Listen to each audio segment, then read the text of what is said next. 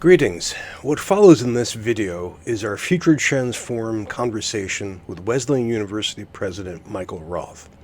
Now, we hosted this conversation on March 6th, and yes, I'm just getting to publish it right now.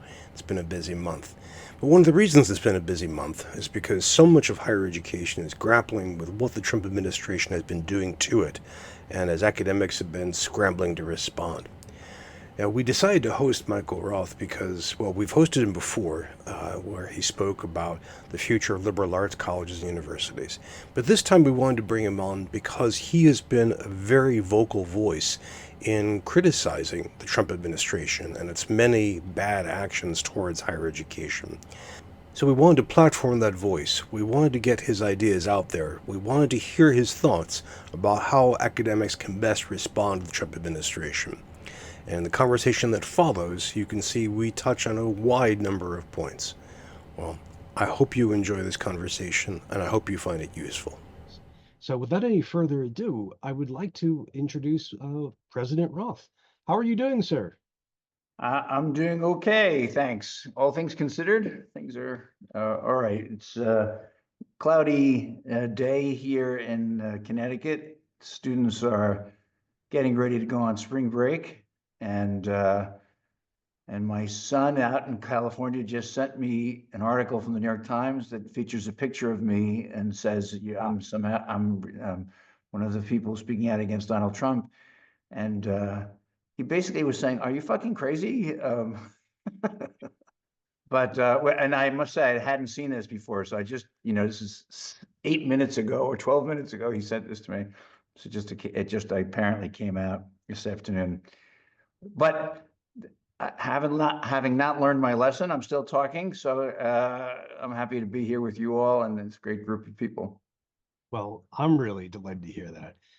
Not that your son is finding you at risk of your life, but I'm really delighted first that you could join us today in what is an incredibly busy season, and secondly for all of your work. In the chat, my dear friend and editor Greg Britton calls your work nothing short of heroic, for which I have to agree. Um, Michael, we have a tradition on the forum where we ask people to introduce themselves by describing what they're going to be working on in the near future. What themes and what projects are top of view.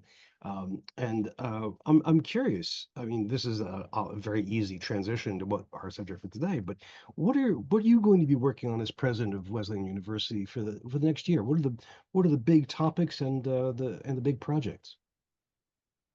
So normally I would say that the next year I really want to get close to finishing this book I've been working on for the last few years on virtue and vice, Oh, which is based on a class I teach here at Wesleyan.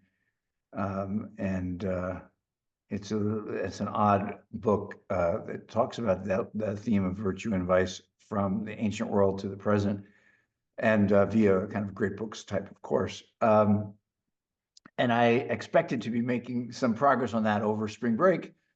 When I have a chance to do a little bit of writing, and then in the summer. But politics has conspired to push that aside again for a little bit, and I am now working with my team to find any money we could use to prevent catastrophe that might come from federal cuts to support for higher education. So we are doing the economic crisis drill, which we've done before. I've been president of Wesleyan since 2007. So we've done this before, and we will go through every nook and cranny of the budget to see if there is money we can find to take care of core functions should the federal government follow through on some of the threats they've been making over the last month or so.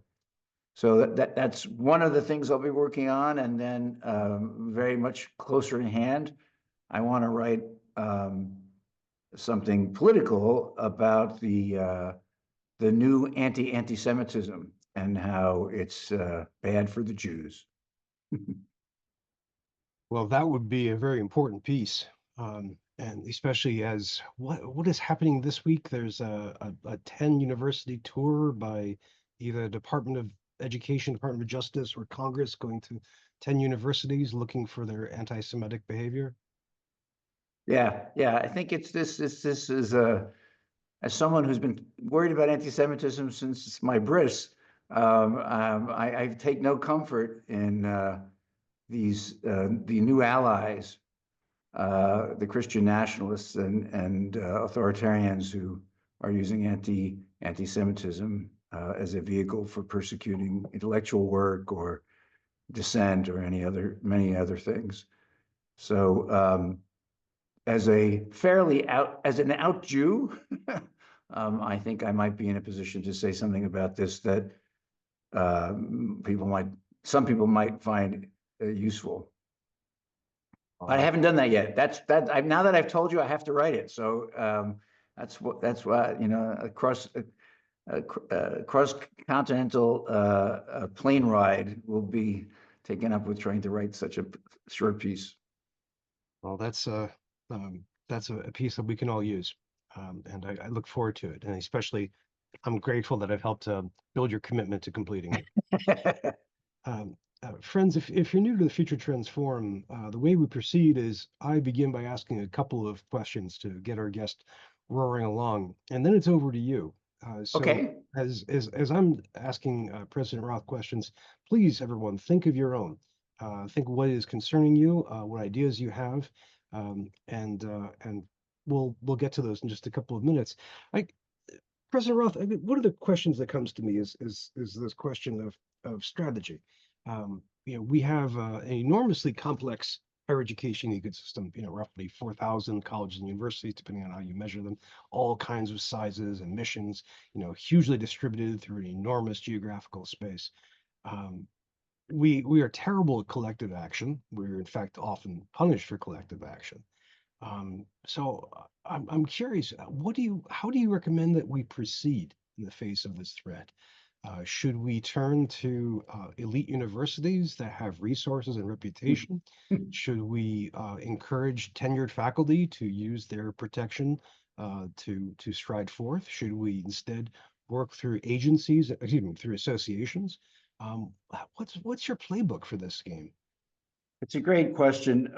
I think one of the most important things for people to do is just to remember what their mission is, or the missions are across higher education, and defend those missions as need be in the face of criticism. It doesn't mean that we've always pursued the mission consistently or as thoughtfully as one could. I mean, there's always room for improvement in all these schools. I think the turn towards elite institutions has not served higher education well. I say that as I guess I'm like, when I was supposed to be an elite institution at Wesleyan, but it is the wealthiest schools have not stood up for the sector. I guess you could say because they have so much to lose, but it also they're used to having so much, I guess, is another way of putting it. And so there are networks of schools that are trying to, and I say defend their mission. I think that's important because it's not just about stopping the Republicans or something like that. That the Republicans won the election, and so there are certain things that are going to happen because they have the power to make them happen. But that doesn't mean that we should be uncritical of some of the attempts, or the attempts that seem to us unlawful or unconstitutional. But we should do so as much as we can. I think on the broad grounds of our educational mission, and on some of the core commitments that Americans have made to education, both higher education and more broadly, over centuries now. So when I've written about it, I've written about the founding fathers' views of education, social mobility, or about Tocqueville and John Stuart Mill. Now, this is not made. I don't write about that to please the anthropology department at Wesleyan or the English department. I'm trying to reach people who have commitments to broad notions of the autonomy of civil society or individual freedom or religious freedom, for that matter, and who would see these attacks on our sector as worrisome for their own interests. So that's how I approach it. But I approach it that way partly because I'm an intellectual historian, and that's my own way of thinking about some of these things, and partly because I'm trying to write to people who may not already agree with me about things in higher education, who are concerned about a monoculture on many campuses, or about restrictions on speech that people haven't been forthright about in the past. So I have tried to find ways to speak to people who may not be the traditional audience for the president of Wesleyan, but whose help we might need going forward. I do think I've tried to make this point whenever I can. This is a broad attack on civil society. Higher education is part of that, but so are churches, and so are businesses, and so are elementary schools and libraries. And that it's not just about the ability to teach, I don't know, psychoanalysis, Hegelianism, and the new rhetoric or something that I might teach. It's about defending the ability of Americans to associate in ways that are not controlled by the federal government. And that's a value that could be shared across many different political persuasions. And I think it's important. Again, I'm speaking for myself now, but to speak to those people. That last point of it reminds me of seeing in some of, you probably saw this as well, some of the town hall meetings from representatives and senators over the past month, where you had in very red states, you had very conservative people hollering at Republican representatives, for not protecting them against the federal government. Yeah. That might be a very powerful way to go. I guess the flip side of strategy, or perhaps part of this, is considering our fragility. We have a sector, a good chunk of which is financially very threatened before the Trump administration, by a wide range of factors, including demographics, enrollment. We also have a large number of staff and faculty. The largest proportion of faculty do not have tenure. We have institutions that are also geographically sometimes very isolated. What advice do you give for the people and the institutions and the units that feel themselves on the edge, for whom they think any action might be too risky and self-defeating? Yeah, everybody. That's a great question, Brian. And I try to avoid my tendency to preach or to be rabbinic because I don't really know what's best for people whose situations are much more fragile than mine. I'm one of those overpaid presidents. So if I get fired, no big deal, right? But for other people, the contingent faculty at many schools around the country losing their livelihood is a huge threat. And so I'm in no position to tell people what to do, and as they judge their own, what a lawyer called to tell me, risk tolerance. I do kind of chide my colleague presidents because I don't think they should be as risk averse as they are. But I think, given as you put it, the fragility of many positions and many institutions in higher education, one has to pick one's battles, one's arguments, but also, even perhaps more importantly now, to create strategies to find allies, and to find networks into which one could plug in, so as to be less exposed to the pressures either from the government or from economic trends or technology trends. I know this is a group with very deep knowledge and concerns about technology in higher education. You know, it's one of the things. If it wasn't for the politics from Washington, you know, the Mrs. Lincoln, you know, has the play question. If it wasn't for what was happening in Washington, the play we would be watching would be about AI. We would be really interested in how artificial intelligence intersects with the kind of broad liberal education that we prize here at Wesleyan. And we will work on that. But I do think it's going to be super important to have more networks for practicing the things we care about, which will be both a comfort and intellectual sustenance, but also a form of protection in a very challenging environment. I appreciate the caution and candor of your reply. I'm always up for some rabbinical conversation, but I especially approve of your call for networking and for forming alliances, and I hope this forum can be a venue for that and continue to be a venue for that. Now, I thought naively, President Roth, that I might have some extra questions to keep in mind in case people fell silent. That was obviously foolish because questions are just coming all over the place right now. So Oh, okay, well, I'm not looking at the chat because I oh, you have a don't have hard to. time focusing if I do that. So I'll depend on you all to throw the questions my way that you want me to speak to. It is completely my job to do that. I'm happy to. So we have one from our friend and a kind of near neighbor of yours, actually the excellent Josh Kim at Dartmouth College. Josh, why don't you unmute and follow up with your question? Sure.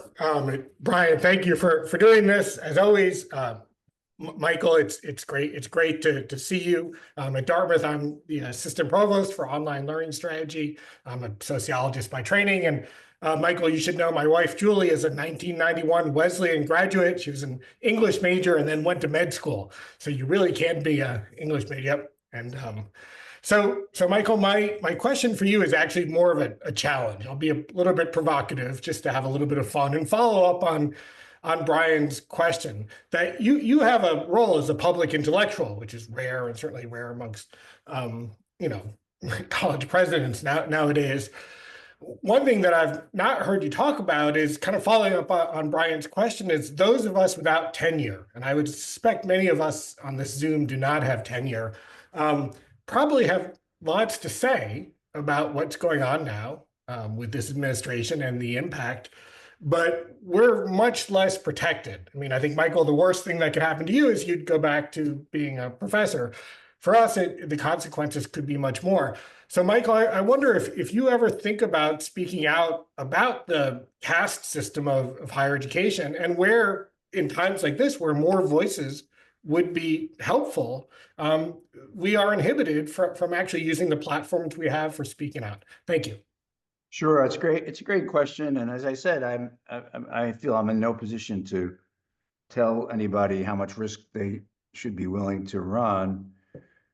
I think I haven't spoken up that much about the caste system, as you say, in higher education, except to defend tenure as a basic principle for many schools around the country, which should, in theory, provide people with the security they need to be outspoken about issues in the public domain.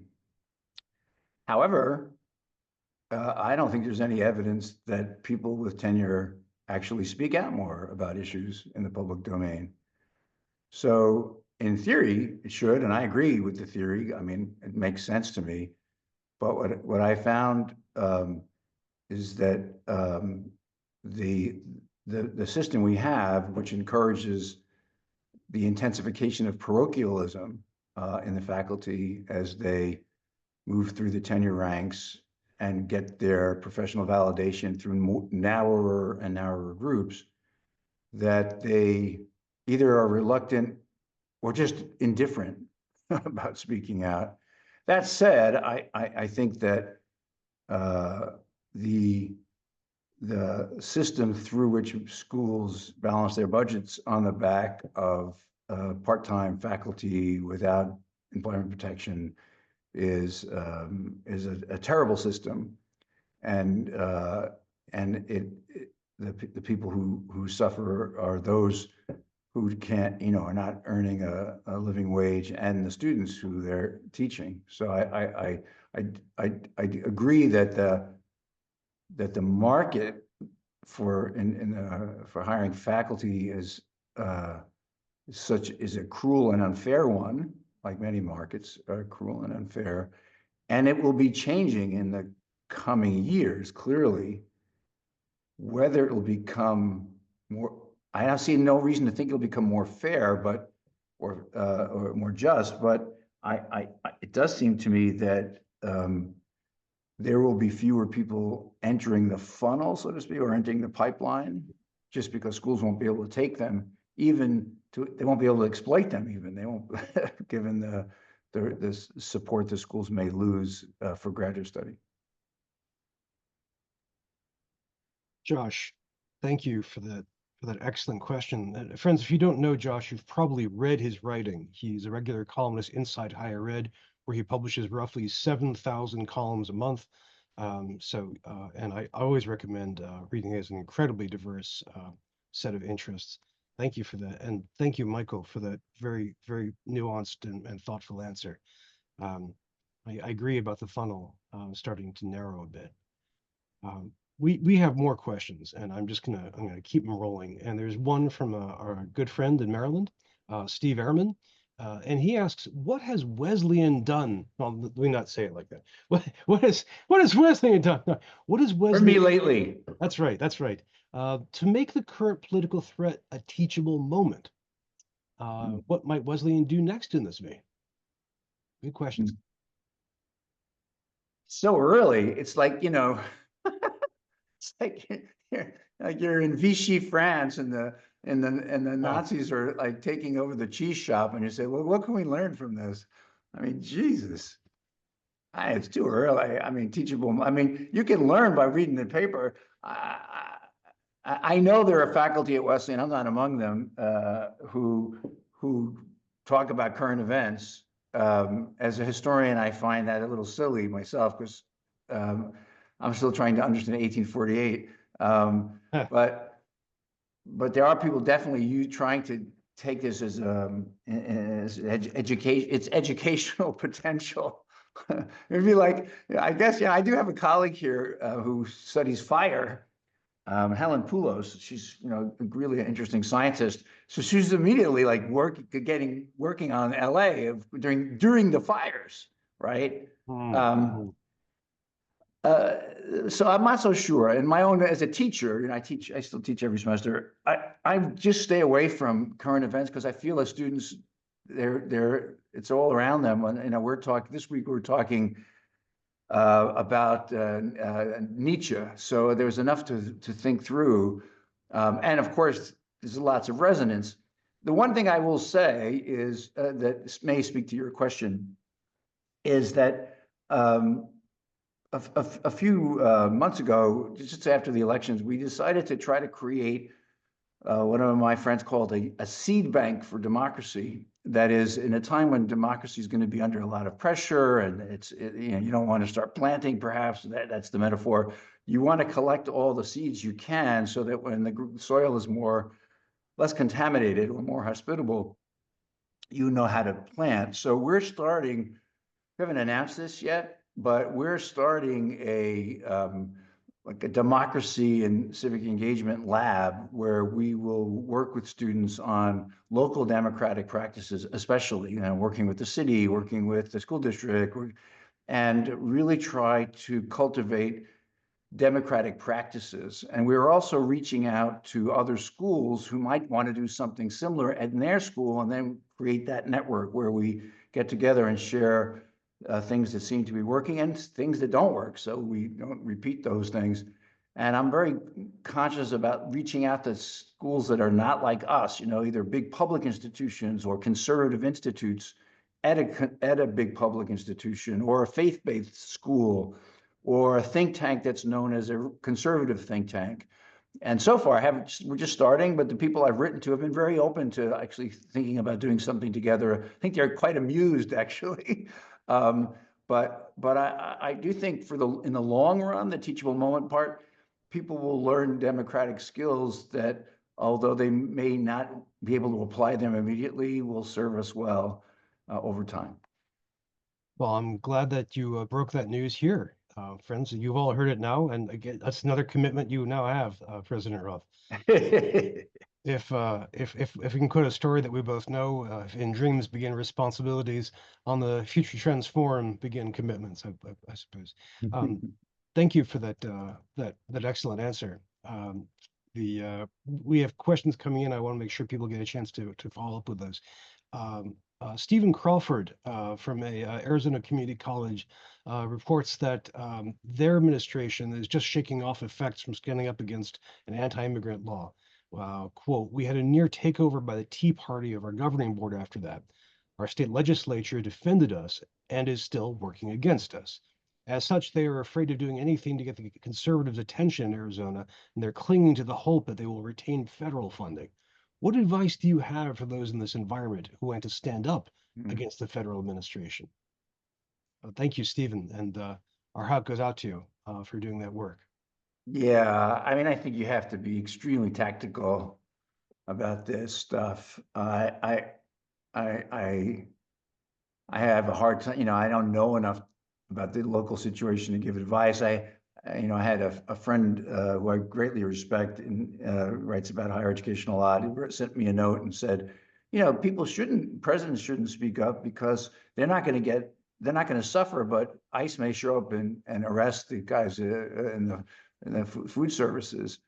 And so the risk is going to be the pain will be paid by others.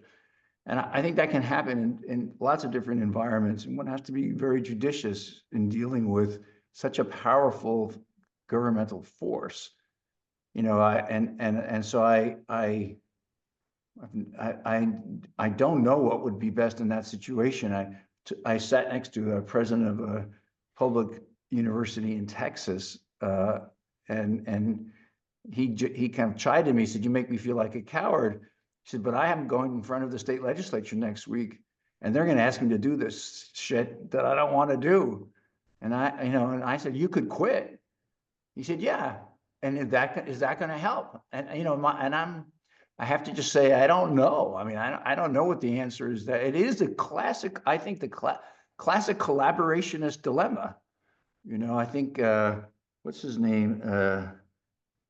He has this Popular Front. I'm just blanking on his name suddenly, but he has a Substack, and he wrote about this being a Vichy moment where you want to protect your people, but you wind up collaborating with folks who can make things extraordinarily worse over time. So I think in that situation, what I always, I guess maybe this is the principle, if it's the principle that I use, I make sure you protect the most vulnerable. And that, I think, it's a good old liberal principle, right? Cruelty is the worst thing, but protecting the most vulnerable against abuses, I think, is usually a pretty good practice. Which would lead academics to protect any population who is under attack and lacks the resources to fully defend themselves, thinking of trans students, thinking about migrant workers and staff, thinking about all kinds of populations. I'm the moderator. I don't want to become the... I think that's exactly right. In my message to the campus, I say that we're especially attentive to members of our community whose immigration status may be unclear, or who have family who's, like students who are born in the country, but whose parents or grandparents aren't, and trans people who are under ceaseless attack. And just to be mindful of the need, at least for compassion and sometimes for real assistance. Thank you. We had a follow-up comment from Miriam Wallace, who says she's on the admin line now, but she's also teaching a course in feminist theories with lots of debates from the 70s and the 80s. And those are resonating with students in interesting ways, very different from teaching the same content in the 1990s. So I thought that was a very interesting response. From Sarah Westfall, we have another tactical question. What conditions need to be in place to help other institutional leaders speak up in the ways that you have? And she mentions board support, alumni support, financial stability, and so forth. Well, it's a good question. It seems to me that if you're defending the mission of your institution, you should take that support for granted. I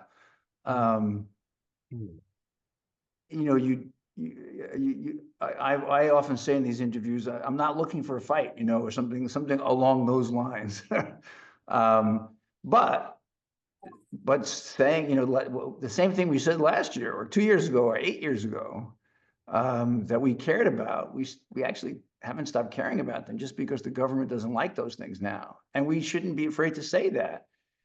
I think it's foolhardy for someone in a position, almost always, not always, but almost always, it's foolhardy for a person with this kind of institutional responsibility that a president has, or probably some provosts and others, to just say, I'm going to break the law. I think that's probably foolhardy, unless what you're saying is, I'm going to challenge the law in court, which is different. And I do have, this being Wesleyan, I do have critics on the left who say, I'm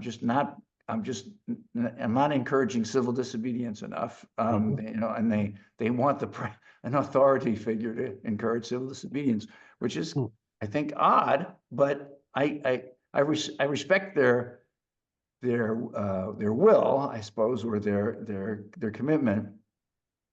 I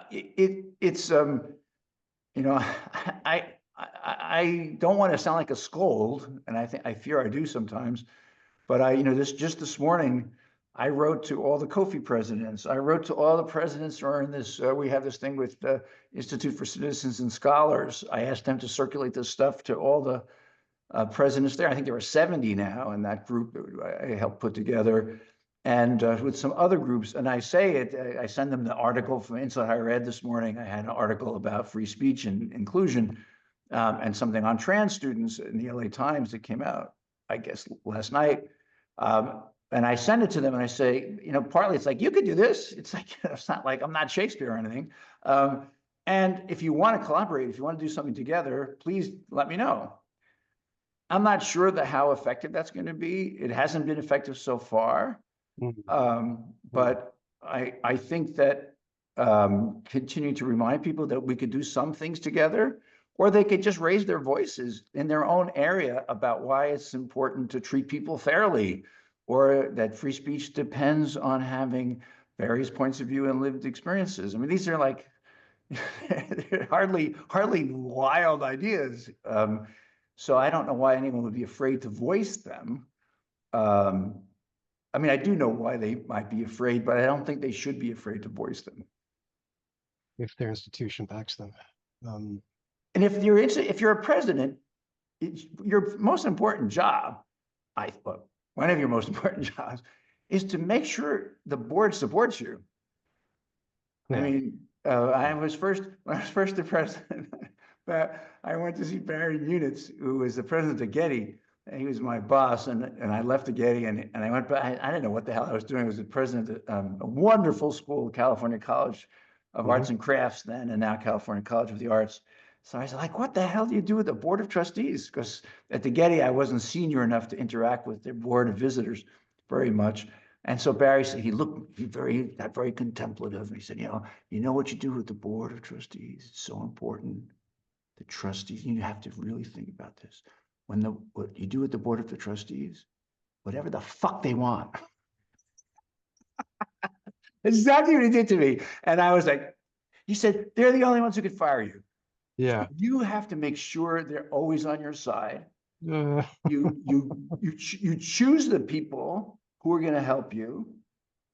You make them feel part of it. I mean, that's your job. The faculty are going to hate you if you're the president eventually. That's just the nature of the game.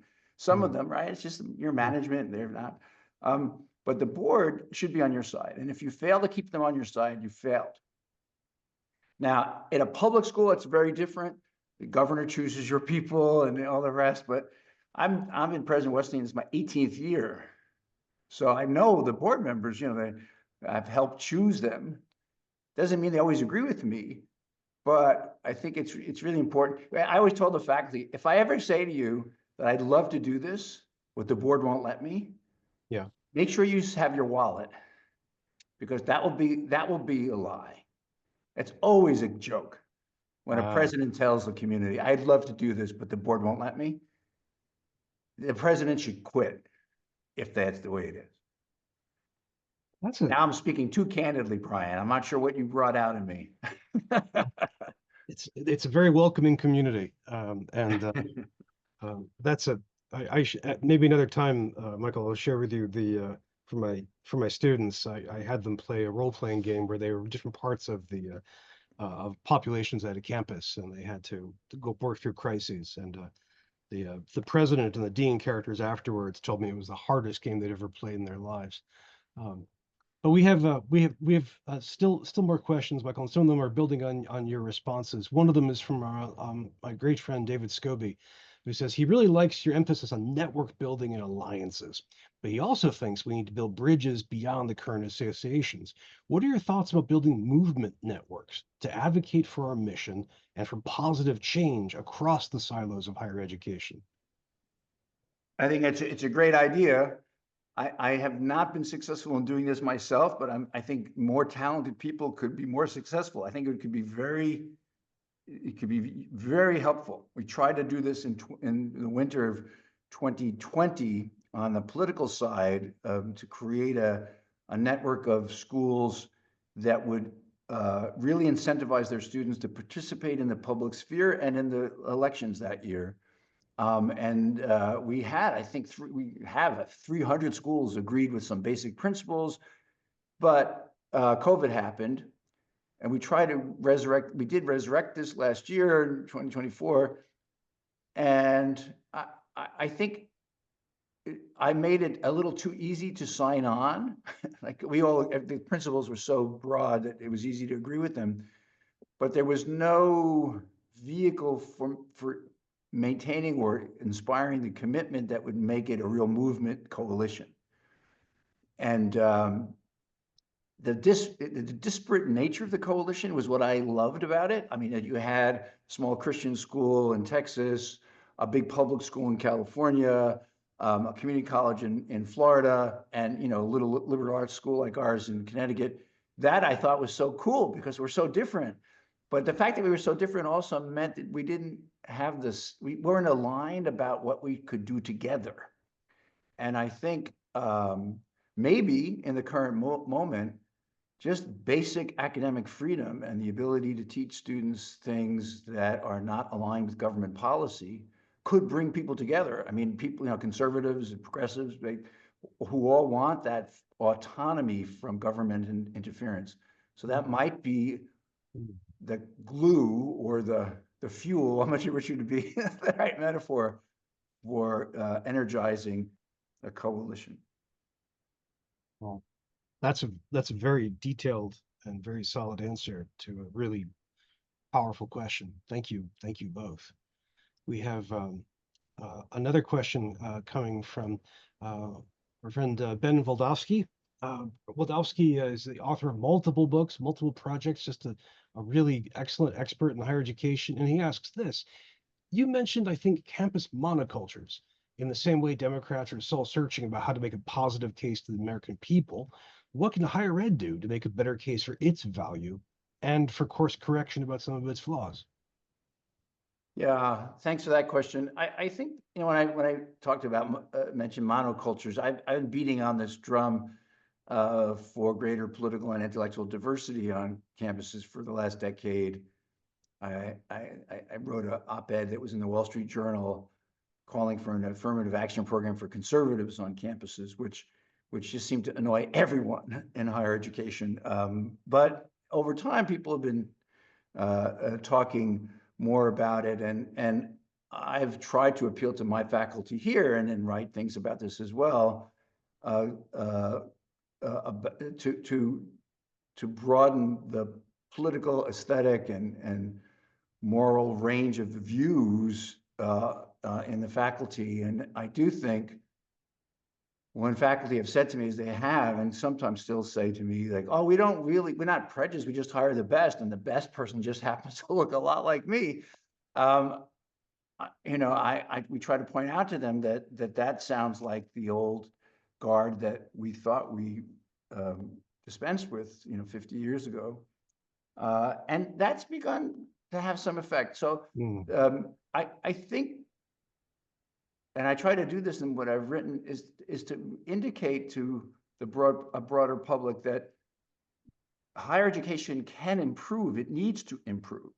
That there's, that one of the great things about it should be that we have self-correcting mechanisms so that we could be more effective with students. We could our research can be deeper and more compelling, and that we can serve the country more in a more robust way.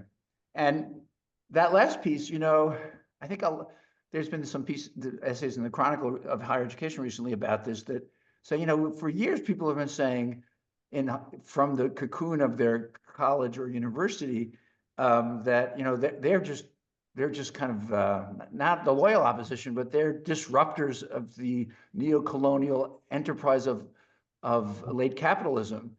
And now they're thinking, why are you picking on me? It's like they style themselves of these neo-Fanonian revolutionaries. And Nice. then they say, why are you picking on me? I'm just teaching English. Well, It's just horrific.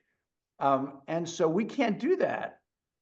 We have to actually show that we are good for the communities we're in ways that are positive and constructive and not just critical and deconstructive.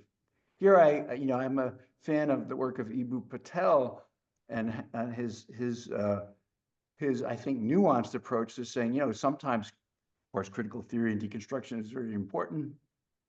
But there's other times when you need progressives who build, to use the Ezra Klein, and what's his name? Is it Thompson? The guy, Derek Thompson from the Atlantic. They're writing this new book about abundance liberalism. But to have that's what we need. I hadn't thought about this till now. We need an academia that builds, and not just an academia that criticizes. And we have that, of course, in the life sciences and engineering and all over the place. It's there. But to underscore its value to people who are not in academia would be very salutary, I think. Well, thank you both. Ben, as always, a very, very good question, and Michael, I like the different directions that answer got to take us to. In the chat, Mark Corbett Wilson says, yes, be positive anchor institutions in your communities, which is a really, really good way of putting it. Yes, very good. Yeah. Echoes Kathleen Fitzpatrick's call for generous thinking. Absolutely, absolutely. I'm a big fan of moving beyond just critique or critical thinking into some other pragmatic dimensions of either. People have used various terms for it, but I think it's long overdue. Good, very good. I like that sense of optimism and vision. The chat, Michael, I will send this to you afterwards. The chat is replete with resources and pointers, a whole bunch of good ideas. There's been a string of commentary about Florida and what's been happening there as a kind of limit or extreme case. A government professor, Tom Hames, says, quote, our culture was not erased on January 20th. Systems theory says the more you push on a system, the more it'll push back. We're still in the push stage. The reaction stage will come, and we need to watch for that. Which I think is a really, really insightful line. One question to ask, and this is, no one's asked this so far, but it's one that comes up repeatedly, so I feel happy to ventriloquize it. What do you think about the roles of technology in this? And I mean that quite broadly.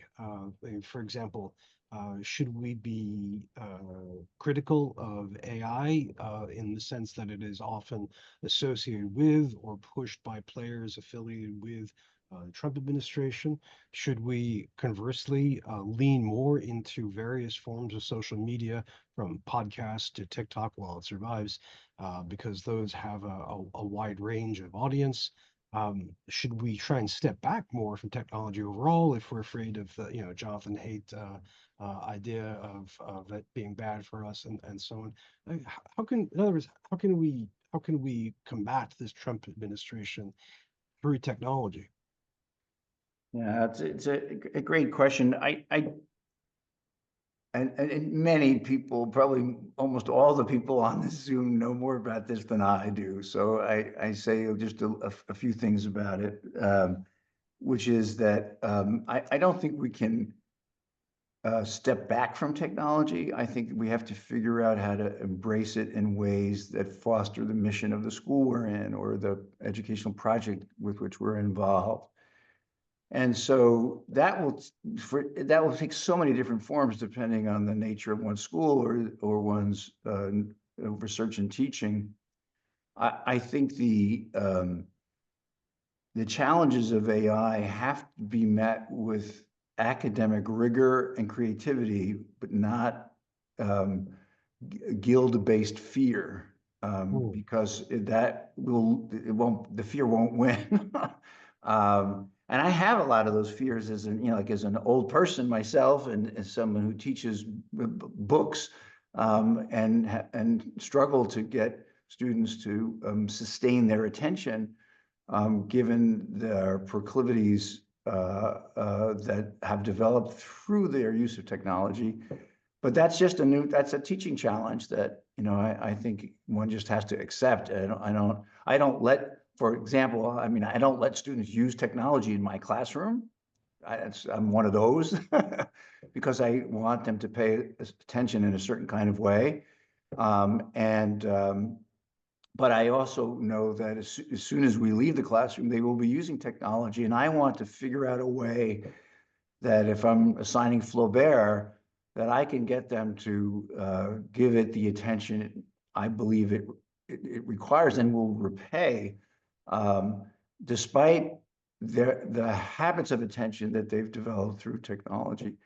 So I don't think, and this is more of a just attitudinal than logical, I guess, on my part. I don't think that there's the resistance to the authoritarianism of the current regime is a resistance to technology. It'll just be the corrupt ways in which technology is going to be used to foster greater inequality. That's happening now. That will accelerate if we don't push back against it. But I think we will have to push back against it with sophisticated technological tools.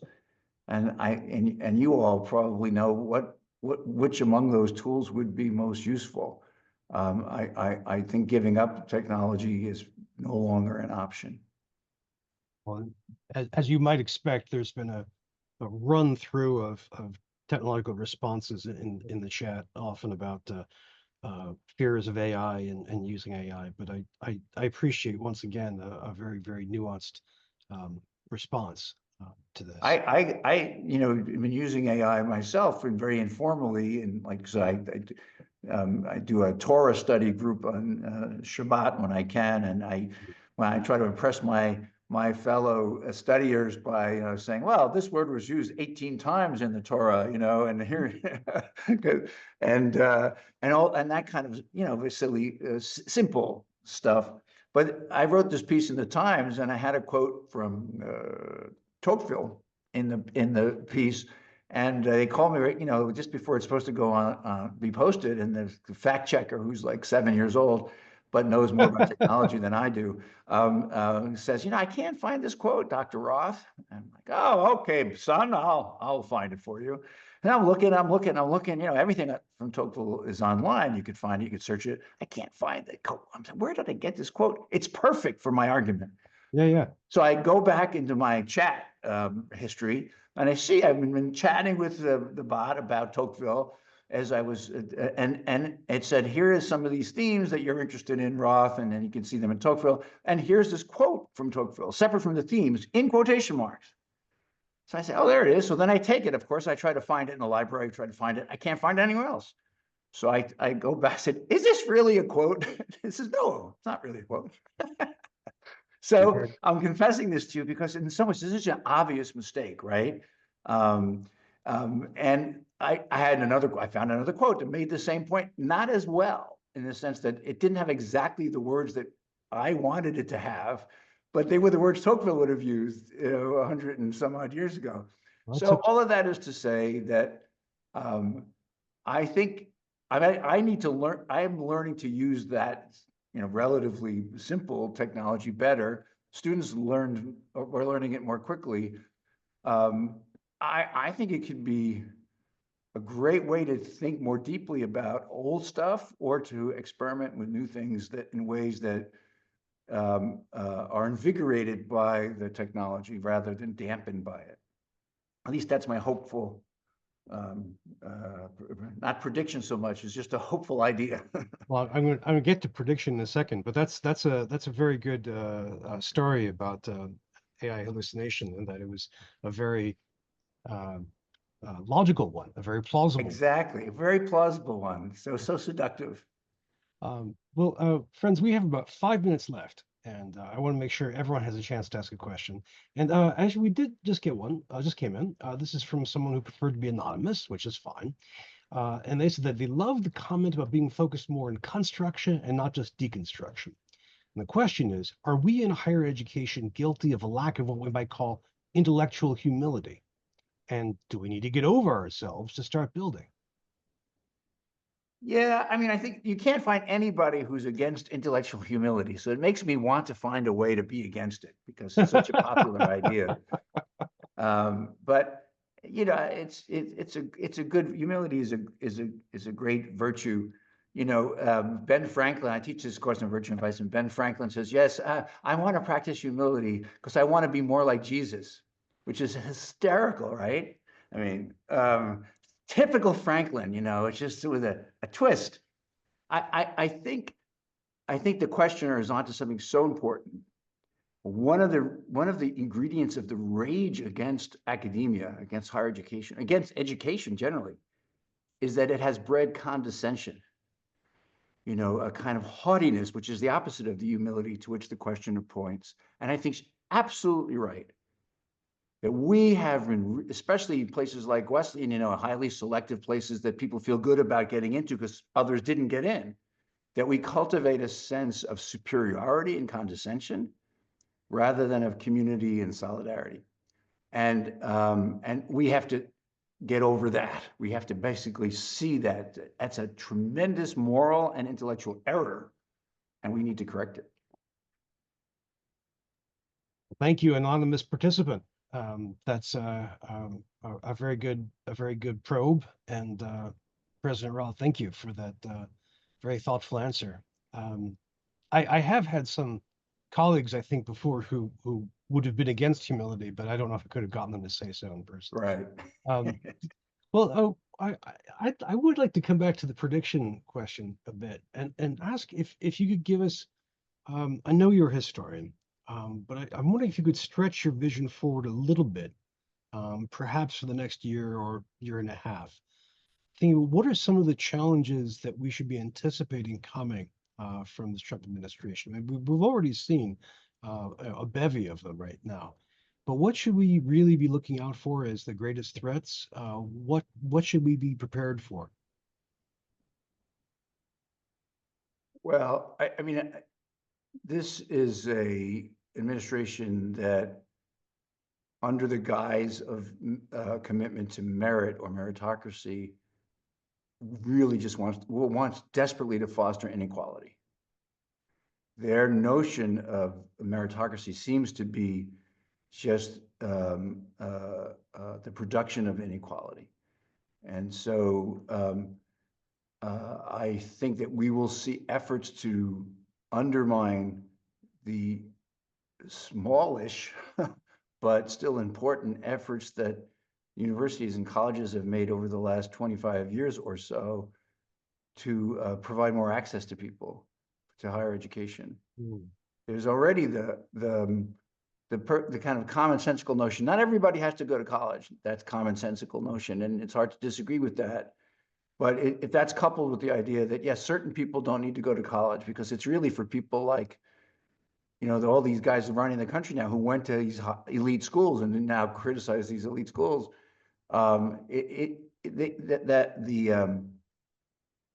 What did Musk say? The worst thing about us is empathy. Think about that. Gans, that's the name I was looking for before. John Gans. He said that it's just straight out Nazi stuff. And it is. I mean, that the worst thing about us is empathy. And so that would, if you believe that, then you can just run with programs that accentuate inequality, unfairness, injustice, and a lack of access for people. And I think we have to really push back against that, because there is this other American tradition, which is that everybody should learn stuff. And maybe not everybody should go to four-year colleges. I don't know that that's, but everybody should be able to go if they want to. And that I've always joked that no one in the industrialized world has ever complained about Americans being overeducated. No, nowhere. Our education system is terrible. We produce inequality from K through 12, and then we accentuate it in colleges and universities. And I think that's just that I fear is going to be a greater push against academic freedom. And once they exhaust scapegoating trans people, look out for the next group, because there aren't that many trans athletes. You can talk about them for a while, but there are like 10 or 12 NCAA athletes who are affected. So after you talk about them for several months, in an obscene way, attacking this community, they'll have to move on to the next community. I don't know who that will be, but it'll be immigrants clearly already, but it'll be others. And I think we have to be vigilant in protecting people who are part of our educational project, but who will be demonized by this administration. I asked you a dark question and you gave me a very dark map ahead, but I think it's a very, very credible one. And I think you have given us all a great deal of insight into what's moving ahead and where we can go. I'm afraid we've blown past the hour, and we need to return everybody to the rest of their Thursdays. President Roth, you're a terrific guest. Thank you. The way you think about this helps explain how you've emerged as such a leader at this time. What's the best way to keep up with you and your work? Are you still active? Buy my books. Well, we can definitely do that. We can definitely do that. No, I think, I'm on the various channels of social media. And if you want me to send you stuff, just write me at mroth@wesleyan.edu, mroth@wesleyan.edu. And, I'll send you stuff as it comes out. I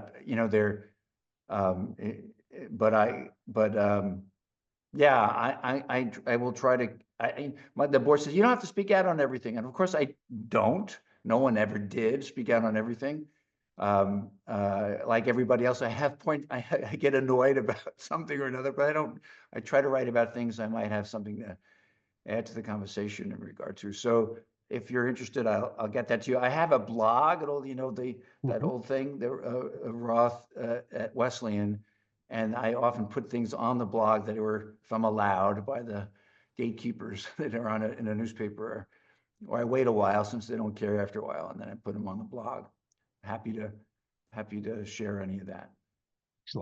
Excellent. Well, thank you once again so much. Please keep doing this good work. Be safe and be well. Thank you. Thanks for having me. Oh, bye-bye. Thank you. And thanks to everybody for these excellent questions and comments. Let me just wrap things up. I think this has been a very insightful, very informative, and also inspirational conversation. Friends, if you didn't see in the chat, I would love to be able to save this chat and post it slightly anonymized and edited. So please let me know in the chat if you have any issues or recommendations for that. Looking ahead, we have more sessions coming up. on a huge range of topics from AI to academic leadership to climate justice on campus. If you'd like to learn more about those, just go to the forum website, forum.futureofeducation.us. If you'd like to continue talking about these issues, everything from academia as a zone of autonomy against the federal government to academic humility, intellectual humility, please follow us on all the chats or on the socials, just to use the hashtag FTTE. In the meantime, above all, everybody, please stay safe. Stay safe and be well. It's great talking with you and thinking with you together. Hope to see you next time online.